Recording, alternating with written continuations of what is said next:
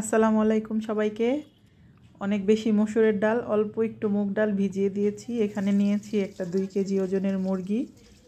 তারপরে মুরগিটা ছোট ছোট করে পিস করে সুন্দর করে ধুয়ে পরিষ্কার করে এখন বসাচ্ছি। আর এইখানে ঝাল ছাড়া একটু করে খিচুড়ি আমার বাচ্চাদের জন্য।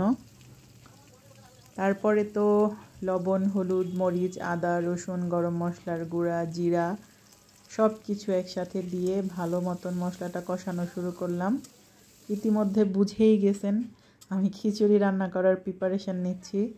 আজকে বৃষ্টি বৃষ্টি ওয়েদার ডিমান্ড, তো ভাবলাম একটু খিচুড়ি রান্না করি, সবাইকে নিয়ে খাবো। তারপরে তো মাংসটা রান্না করে নিছি। আর এখানে আমি আলু আর একটু করে পেঁপে দিয়ে দিছি মাংসর সাথে ভালো মতন একসাথে সেদ্ধ হয়ে যাওয়ার জন্য।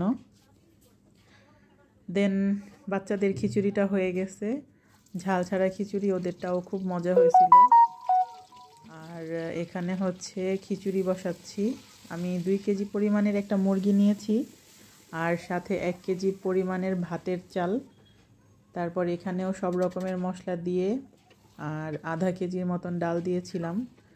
ডালটা ধুয়ে ভিজিয়ে রাখছিলাম, সেটাও দিয়ে দিলাম। এখানে দিলাম কয়েক টুকরা মিষ্টি কুমড়া আর একটা আস্ত রসুনের কোয়া।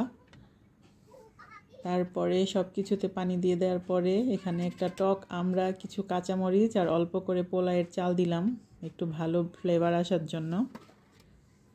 খিচুড়িটা হয়ে গেছে, এখন এই মাংসের তরকারি পুরোটা ঢেলে দিলাম। এখন এটা ভালো করে মিক্স করে নিছি। আমার কিন্তু খিচুড়ি রান্না করা শেষ।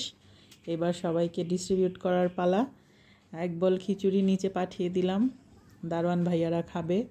তারপরে বাসায় মেড যারা ছিল ওদেরকেও দিলাম, আমার সাথে নিয়ে সবাইকে খেলাম, কিছু প্রতিবেশীদের দিলাম। বৃষ্টির দিনে এই ধরনের রান্নাগুলো কিন্তু খেতে অনেক মজা লাগে। ভালো থাকবেন সবাই।